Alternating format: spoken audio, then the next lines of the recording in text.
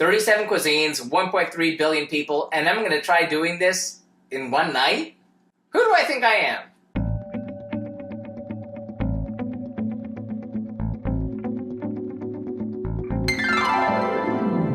And welcome back to Cliffieland. This is week in country number 76 on our second attempt of cooking the food of every country in the world, and tonight we're actually up to the nation of India. India, the second most populous nation in the world, is located in South Central Asia. It is bordered by 6 other countries, and it has over 1.3 billion people and over 37 separate and distinct regional cuisines.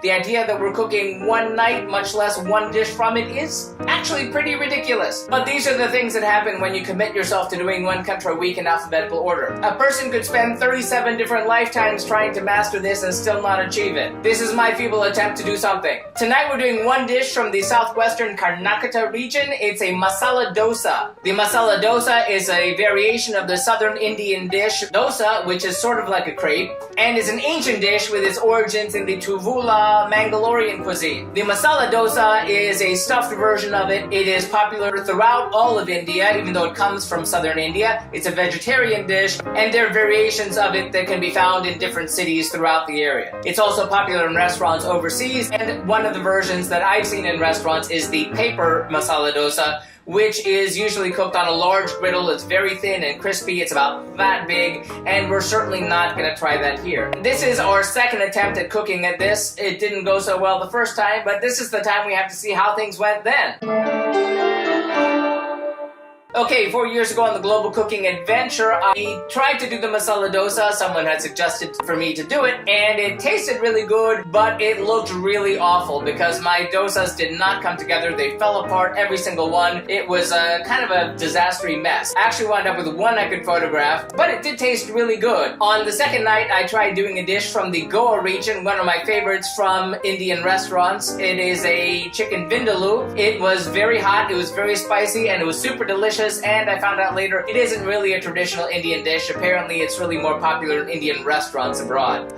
Oh dear. Well, hey, at least I didn't try to pass off a chicken tikka masala as being a traditional Indian dish, so give me credit for that. But moving on, we have to see what goes into tonight's dish. For our classic masala dosa, we'll have to start with the dosa batter, and for that we'll need 2 cups of short grain rice, half a cup of urad dal, split husked black lentils, 1 teaspoon of fenugreek seeds, half a teaspoon of salt, and vegetable oil for frying. And for the potato filling, we'll need 3 tablespoons of ghee or vegetable oil, 1 teaspoon of mustard seeds, a half a teaspoon of cumin seeds, 2 small dried hot red peppers, we're going with habanese peppers, 1 medium onion diced, half a teaspoon of salt, half a teaspoon of turmeric, 1 pinch of asafoetida, 1 tablespoon of grated ginger, 6 to 8 curry leaves, 4 garlic cloves minced, 2 small green chilies finely chopped, 1.5 pounds of yellow flesh potatoes such as Yukon Gold, boiled, peeled, and cubed, and half a cup of roughly chopped cilantro, leaves, and tender stems. And finally for the chutney, we'll need 1 teaspoon of oil, half a pinch of asafoetida powder, 1.5 dried red chilies, again going with habanese chilies here, 3/4 of a tablespoon of split urad dal, about 1/4 of a grated coconut, which to our math comes to about half a cup, salt to taste, and we're going with about a tablespoon of tamarind pulp. Okay, cooking note. If you're going to be doing this, give yourself a lot of time because you'll have to start well over 24 hours before actually doing the cooking. But here's how it went.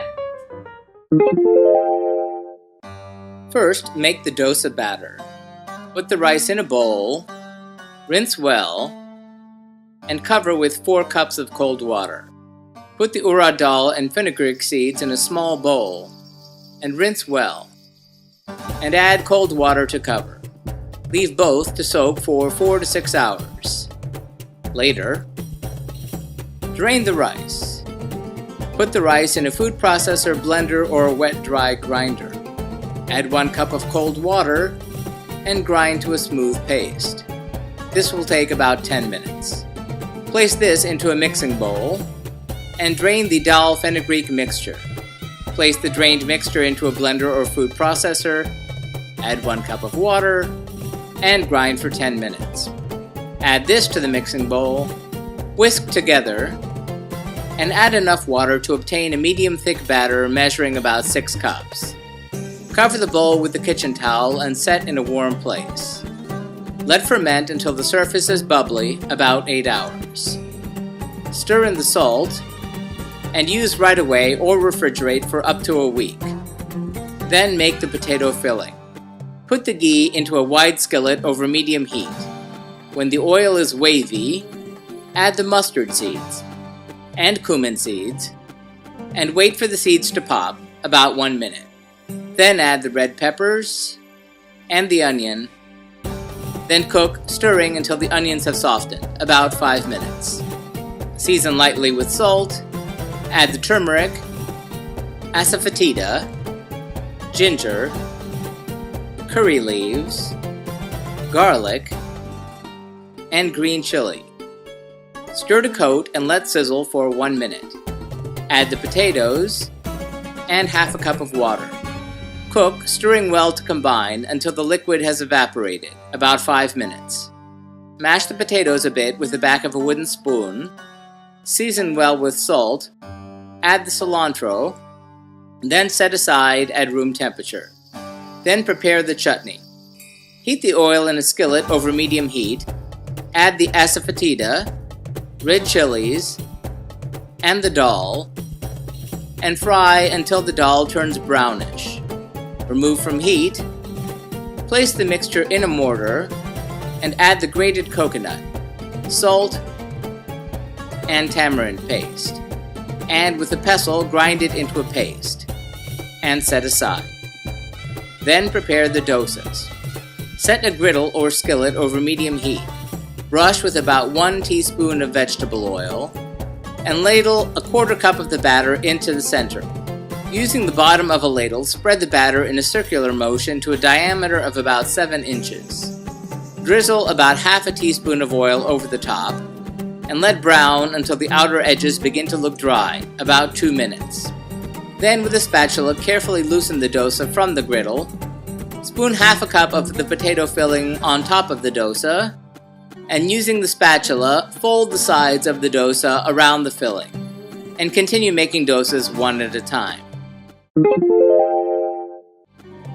Spoon the chutney on top or serve it on the side. Wipe plates and serve.